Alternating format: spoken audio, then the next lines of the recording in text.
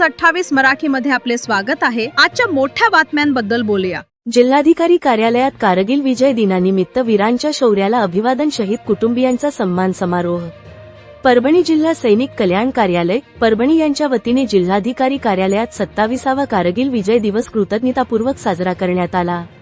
यावेळी कारगिल युद्धातील शहीद जवानांना अभिवादन करून त्यांच्या कुटुंबियांचा सन्मान करण्यात आला।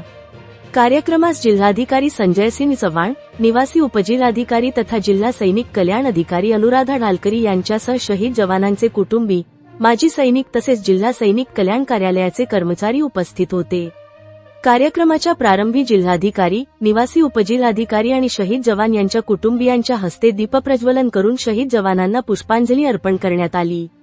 त्यानंतर उपस्थित सर्व शहीद कुटुंबियांचा श्रीफळ व पुष्पगुच्छ देऊन सन्मान करण्यात आला। यावेळी माजी सैनिकांनी आपल्या भावना व्यक्त करताना देशसेवेच्या आठवणींना उजाळा दिला। जिल्हाधिकारी संजय सिंह चव्हाण यांनी कारगिल विजय दिवसाचे महत्त्व अधोरेखित करत माजी सैनिकांच्या समस्या प्राधान्याने सोडविण्यासाठी प्रशासन कटिबद्ध असल्याचे आश्वासन दिले।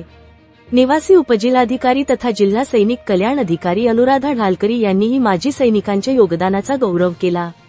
याप्रसंगी सामाजिक क्षेत्रातील कार्य आणि माजी सैनिकांसाठी केलेल्या उल्लेखनीय योगदानाबद्दल सुभेदार विश्वनाथ सातपुते यांना प्राप्त झालेल्या सैनिक रत्न पुरस्काराबद्दल त्यांचा श्रीफळ व पुष्पगुच्छ देऊन विशेष सन्मान करण्यात आला। यावेळी वरिष्ठ लिपिक अनंत ओगले, कल्याण संघटक हरिभाऊ माने, लिपिक गणपत संसारे, दिलीप ससाणे उपस्थित होते। परभणी उत्तम लोखंडे, जिल्हा ब्युरो चीफची रिपोर्ट।